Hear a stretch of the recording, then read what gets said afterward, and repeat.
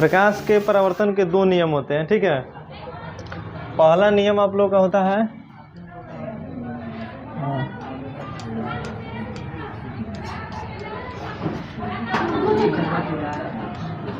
आपतन कोण को हम लोग आई से सूचित करते हैं। इसको लिखवाना हम भूल गए थे कल, नहीं तो उसी में लिखवा दिए होते। आपतन कोण जो है परावर्तन कोण के बराबर होता है। आपतन कोण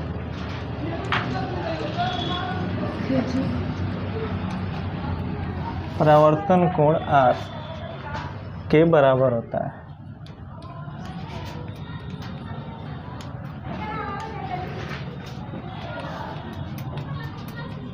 R के बराबर होता है, ठीक है। दूसरा नियम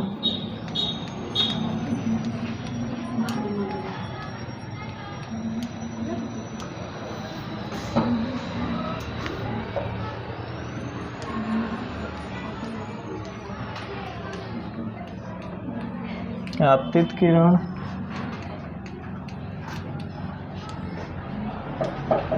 परावर्तित किरण तथा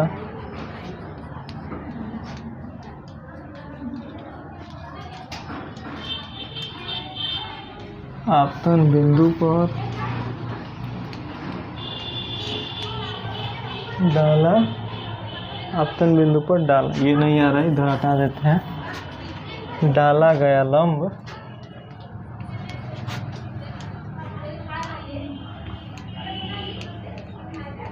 तीनों एक ही तल में होता है।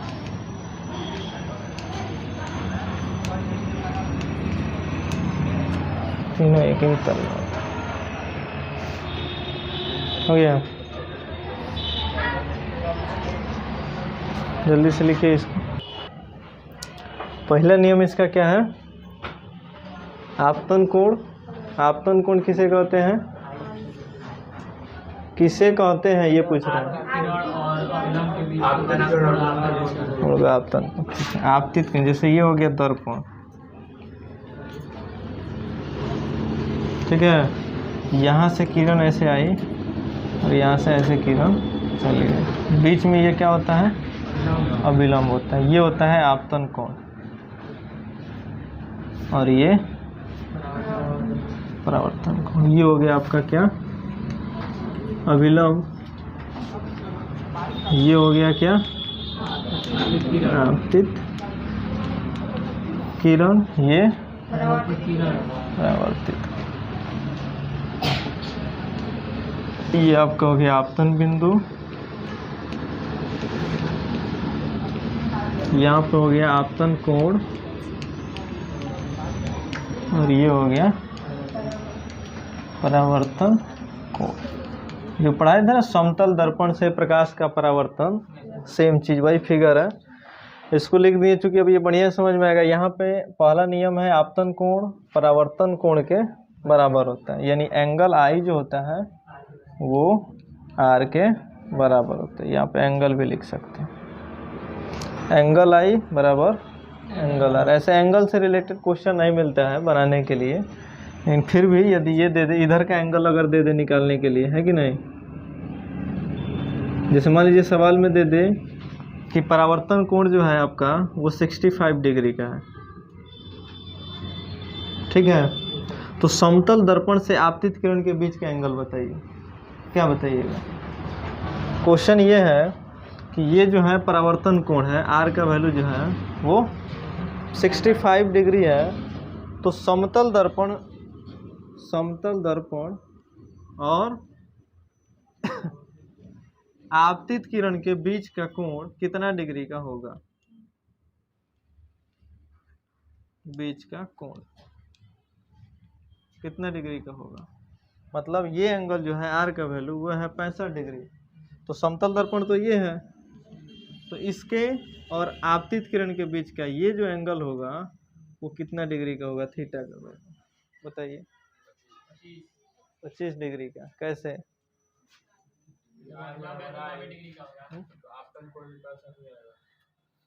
ये भी 65 हो जाएगा।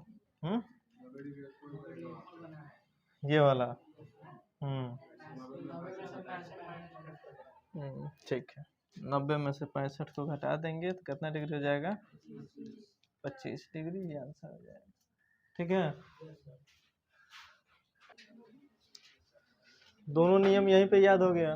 पहला नियम है आपतन कोण प्रवर्तन कोण के बराबर होता है, और दूसरा नियम है आपतित किरण, परावर्तित किरण तथा आपतन बिंदु पर डाला गया लंब तीनों,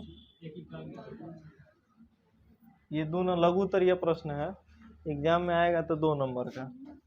ठीक है, चलिए अगला टॉपिक बनाइए प्रतिबिंब, इमेज।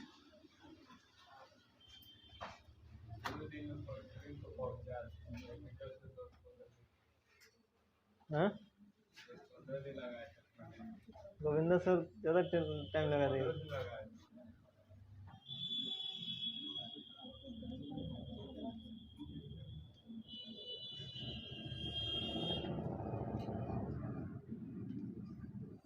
इमेज, प्रतिबिंब।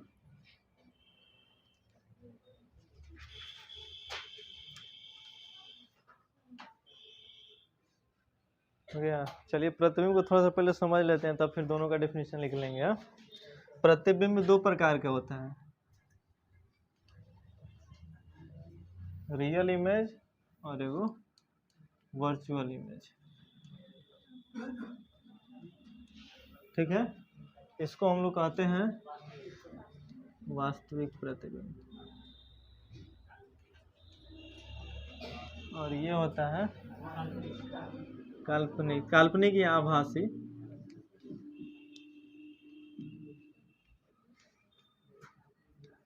तो दोनों में अंतर क्या है? जितना हम लोग प्रोजेक्टर देखते हैं, टीवी पर देखते हैं फोटो, मोबाइल पर वीडियो, ये सब कौन सा इमेज होता है? आभासी इमेज नहीं होता है, क्योंकि आभासी इमेज को आप उतार ही नहीं सकते हैं किसी दूसरे जगह, वो डायरेक्ट दिखता है।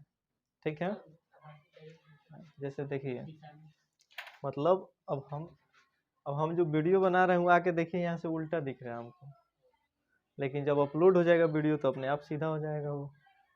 अगर आपको बिलीव नहीं है तो आके देखिए, जितना भी हम अक्षर लिख रहे हैं ये सब उल्टा है, सही मजाक नहीं, आके देख सकते हो। नहीं देखो इसमें, भाई देखो, वास्तविक प्रतिबिंब उल्टा दिख रहा है? तो ये उल्टा प्रतिबिंब है, और जब ये अपलोड हो जाएगा तो अपने आप सीधा में कन्वर्ट हो जाएगा।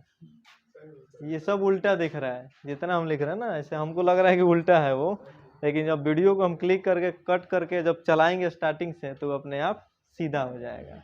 ठीक है ना, तो ये हमेशा वास्तविक प्रतिबिंब उल्टा ही बनता है, जिसको हम लोग मतलब पर्दे पर या स्क्रीन पर देखते हैं, ये सब कौन सा प्रतिबिंब होता है? वास्तविक प्रतिबिंब। जैसे देखिए ये कैसे बनता है, जैसे यहाँ पे मान लीजिए कोई दर्पण ले लेते हैं हम लोग। अभी तो दर्पण आप लोग पढ़े नहीं है, कौन सा दर्पण है ये? अवतल दर्पण।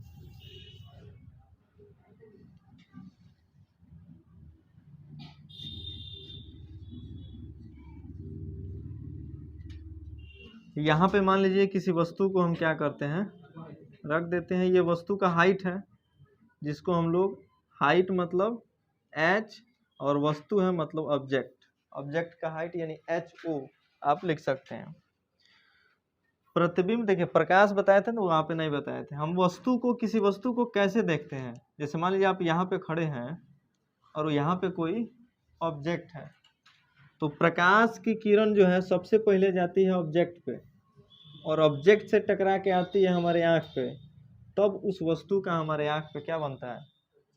प्रतिबिंब बनता है, यानी चित्र बनता है। जब तक प्रकाश उस पे नहीं जाएगा और फिर वहां से टकरा के यहाँ तक नहीं आएगा, तब तक उस वस्तु को आप नहीं देख सकते। मान लीजिए यहाँ से यहाँ तक आ ही गया, ये नहीं आया, तभी आप उस वस्तु को नहीं देख सकते।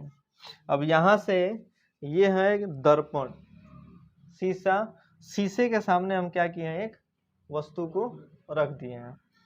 अब देखिए प्रकाश की किरण यहाँ दर्पण पे जाएगा, क्योंकि हमको वस्तु दर्पण पर ही देखना है, तो दर्पण पे प्रकाश की किरण जाएगी, और प्रकाश की किरण जाके और ऐसे टकरा के कहाँ से चली जाएगी?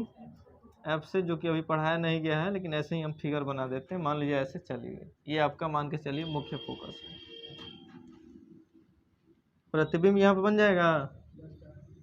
जब तक दो किरण एक दूसरे को नहीं काटेगी प्रतिबिंब नहीं बन सकता है, ये भी ध्यान रखिएगा।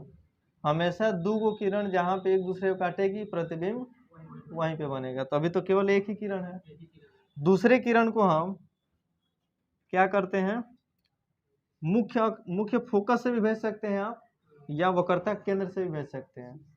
ठीक है।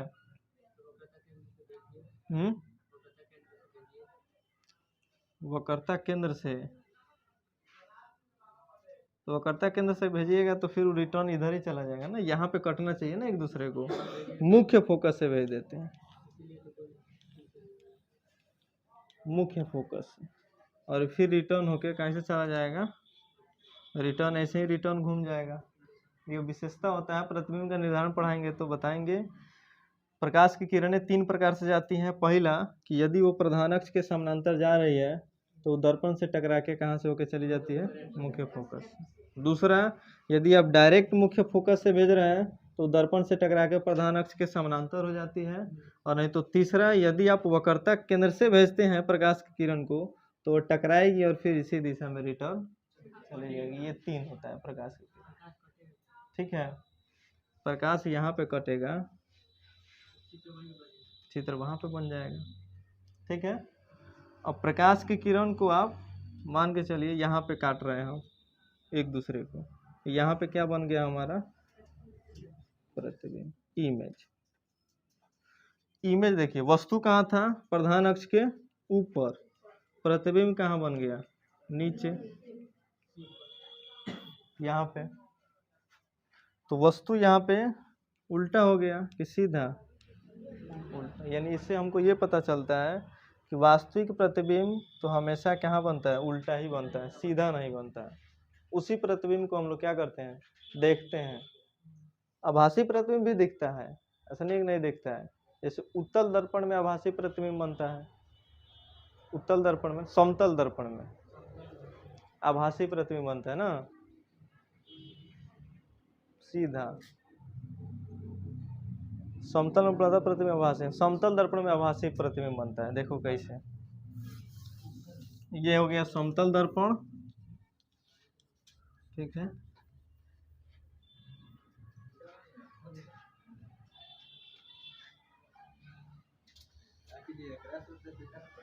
भाई देखिए, प्रकाश किरण को भेज दिए, इसे चाहे ऊपर से भेजते हैं प्रकाश किरण को, तो हमको पता है कुछ प्रकाश की किरण जो होती है वो क्या हो जाता है, परावर्तित हो जाती है ना ऐसे।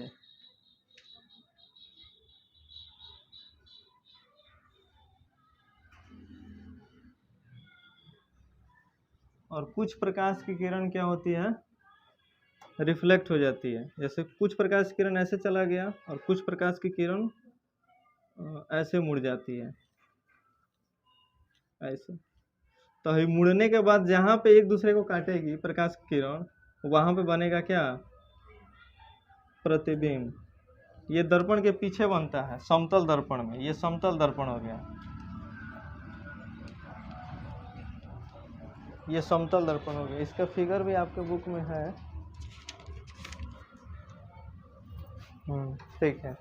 उसमें बहुत सारे किरण को, ठीक है, ये हो गया आपका कौन सा प्रतिबिंब। दोनों प्रतिबिंब में अंतर पहले समझिए। जो प्रतिबिंब दर्पण के आगे बने वो वास्तविक प्रतिबिंब होता है, और जो प्रतिबिंब दर्पण के पीछे बने वो आभासी प्रतिबिंब होता है। अब ये प्रतिबिंब दर्पण के आगे क्यों नहीं बन सकता, क्योंकि जब प्रकाश की किरण को आप भेजिएगा, जैसे मान लीजिए 5 गो किरण को हम भेजते हैं, 1 2 3 को ले लीजिए, तो ये हो जाएगा रिफ्लेक्ट। जिस एंगल के साथ आएगा उसी एंगल के साथ एक दूसरे को काटेगा, नहीं काटेगा। और जब एक दूसरे को नहीं काटेगा तो प्रतिबिंब बन सकता है क्या, नहीं बन सकता। तो जब प्रतिबिंब बनेगा नहीं तो फिर दर्पण की क्या मतलब। तो इसलिए यहाँ पे काल्पनिक प्रतिबिंब हम लोग बनाते हैं, मतलब इसी प्रकाश की किरण को पीछे मोड़ देते हैं, और पीछे मुड़ के जहाँ पे एक दूसरे को कटता है वहाँ पे बन जाता है हमारा आभासी प्रतिबिंब, मतलब काल्पनिक प्रतिबिंब, जिसको हम लोग आभासी प्रतिबिंब भी कहते हैं। तो समतल दर्पण में जो प्रतिबिंब बनता है वो आभासी प्रतिबिंब होता है, अवतल दर्पण में जो प्रतिबिंब बनता है वो वास्तविक प्रतिबिंब होता है। अब समतल दर्पण की जो विशेषता होती है, जैसे मान लीजिए ये समतल दर्पण है, आप यहाँ पे खड़े हैं, जितना डिस्टेंस पे आप खड़े रहेंगे जैसे 20 मीटर पर, उतना ही डिस्टेंस पर पीछे हमारा इमेज बनता है। यहाँ पे आपका इमेज बन गया।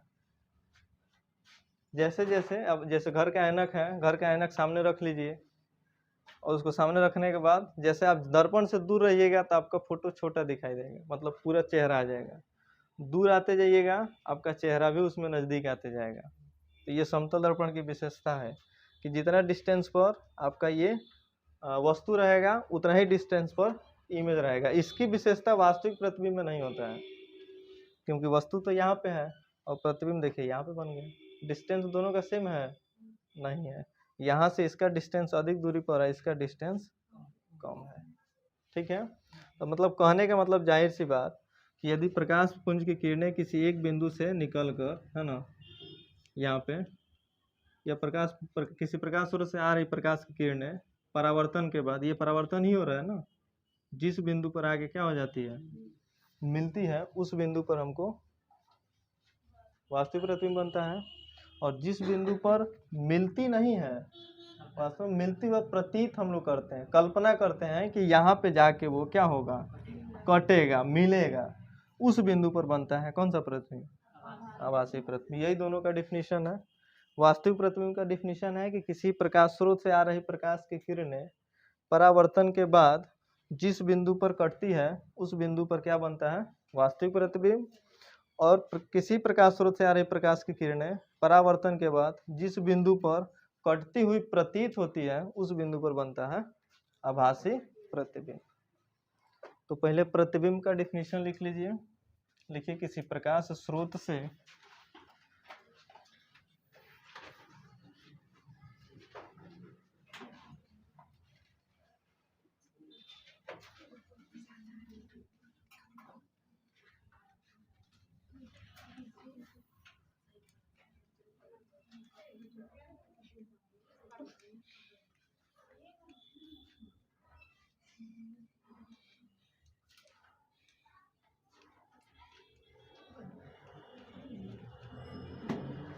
प्रकाश की किरणें, ठीक है, यहाँ तक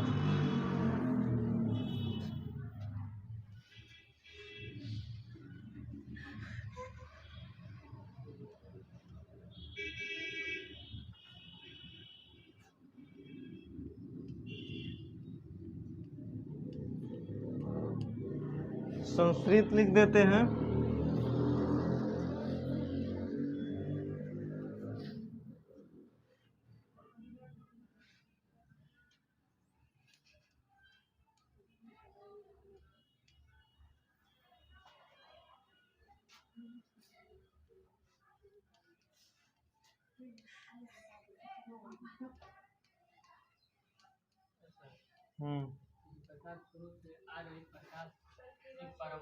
प्रकाश की किरणें, किरणें उधर लिखे थे, मिटा दिए आप। परावर्तन के बाद, ठीक है, अब जिस बिंदु पर संश्रित या अपसृत होती हुई, अपसृत होती है या होती हुई प्रतीत होती है, ऐसे लिख देते हैं। ठीक है, होती है या होती हुई प्रतीत होती है,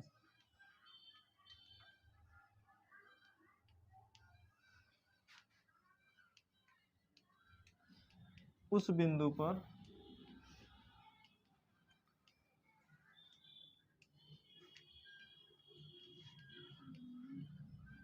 किसी वस्तु का प्रतिबिंब बनता है।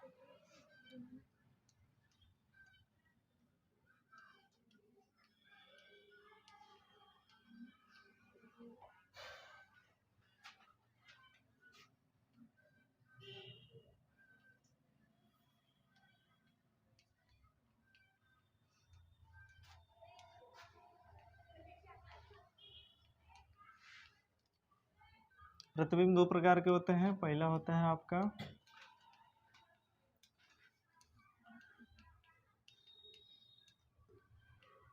वास्तविक प्रतिबिंब, दूसरा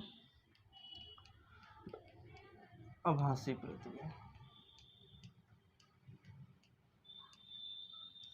फिर इसमें पहला लिख के डैश देना है। इसको रियल इमेज भी कह सकते हैं अंग्रेजी में।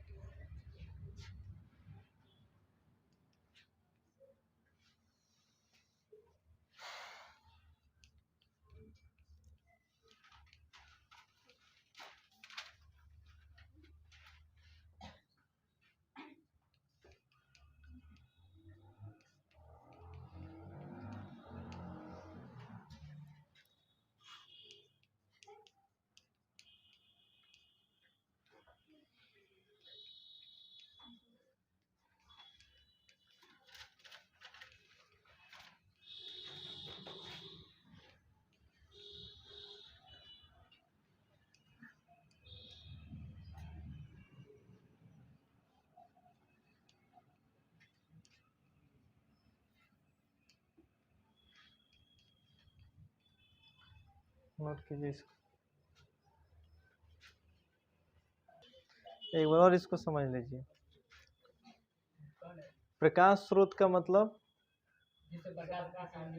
निकल रही है, तो किसी प्रकाश स्रोत से आ रही प्रकाश की किरणें परावर्तन के बाद जिस बिंदु पर क्या होती है, संश्रित होती है या अपसृत होती है। अब देखिए यहाँ पे संश्रित का मतलब हुआ मतलब कटती, हाँ मतलब संश्रित का मतलब किसी एक बिंदु पे आके इकट्ठा हो जाए, और अपसृत का मतलब किसी एक बिंदु से फैलते हैं। अपसृत होती है या होती हुई प्रतीत होती है, उस बिंदु पर किसी वस्तु का क्या बनता है, प्रतिबिंब बनता है। अब देखिए जहाँ पे संश्रित होगा वहाँ पे बनेगा नहीं, वहाँ बनेगा वास्तविक प्रतिबिंब। संश्रित का मतलब जहाँ इकट्ठा होगा, यहाँ पे इकट्ठा हो रहा था, उसमें भी इकट्ठा ही होता है लेकिन पहले अपसृत होने के बाद। कहने का मतलब ये दोनों का, हाँ दोनों का सिचुएशन देखिए। इस संश्रित का मतलब किसी एक बिंदु पे जाके इकट्ठा हो जाना, ऐसे तब ना बनता है क्या, वास्तविक प्रतिबिंब। अभी एग्जाम्पल भी दिए थे ऐसे, तो हई जाके एक बिंदु पे आके मिल गया था, है कि नहीं, ऐसे यहाँ पे आके दो एक बिंदु पे आके मिला था ना, यानी आके इकट्ठा हुआ, इसलिए इसको कहते हैं संश्रित। यहाँ पे देखिए, यहाँ पे वास्तविक प्रतिबिंब में किसी प्रकाश स्रोत से आ रही प्रकाश की किरणें परावर्तन के बाद जिस बिंदु पर क्या होती है, संश्रित होती है, उस बिंदु पर किसी वस्तु का वास्तविक प्रतिबिंब बनता है। आभासी का भी डिफिनीशन सेम होगा, लेकिन संश्रित की जगह हो जाएगा अपसृत, और यहाँ पे अपसृत होती हुई प्रतीत होती है। हाँ ऐसे जुट जाएगा, जैसे यहाँ पे होती है लिखे है ना संश्रित में, यहाँ पे हो जाएगा अपसृत होती हुई प्रतीत होती है, क्योंकि वो केवल हम लोग कल्पना कर सकते हैं उस इमेज का, ठीक है ना, कल्पना करके उसको बनाया जाता है इसलिए। तो वहाँ पे जो इमेज बनता है, अभी बताए थे यहाँ पे कि ये एक स्रोत हो गया, प्रकाश स्रोत। यहाँ से प्रकाश की किरणें क्या होती हैं, आती हैं, दर्पण पे पड़ती हैं, और फिर टकराने के बाद इधर एक बिंदु पे आके क्या हो रही है, इकट्ठा हो रही है, तब ना इमेज बन रहा है कि नहीं। यहाँ भी इकट्ठा हो रही है, यहाँ भी कर, लेकिन दोनों का सिचुएशन अलग अलग है।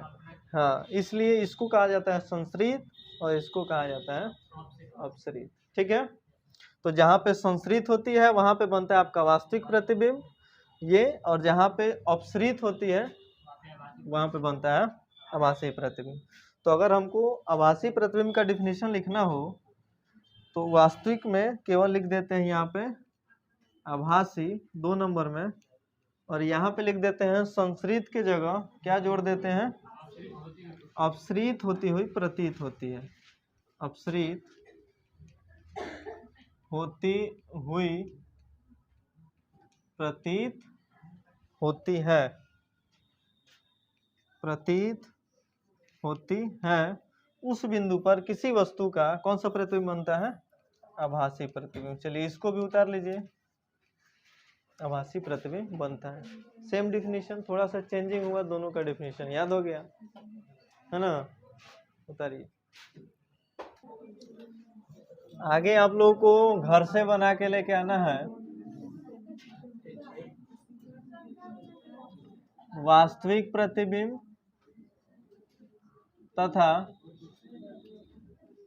आभासी प्रतिबिंब में अंतर। अब थोड़ा सा समझ लीजिए, यहाँ पे समझ लीजिएगा, याद हो जाएगा, घर पे जाके लिख लीजिएगा, ठीक है। पहला, वास्तविक प्रतिबिंब में क्या बताइएगा आप लोग, प्रतिबिंब हमेशा उल्टा बनता है। अभी ना बताए थे, वस्तु ऊपर था, प्रतिबिंब नीचे बन गया। यानी वास्तविक प्रतिबिंब में प्रतिबिंब जो बनता है वो हमेशा उल्टा बनता है, ये पहला हो गया। दूसरा हो गया, आभासी प्रतिबिंब में हमेशा प्रतिबिंब सीधा बनता है, ये हो गया, एक दोनों में हो गया। चलिए दूसरा जो है, वास्तविक प्रतिबिंब जो है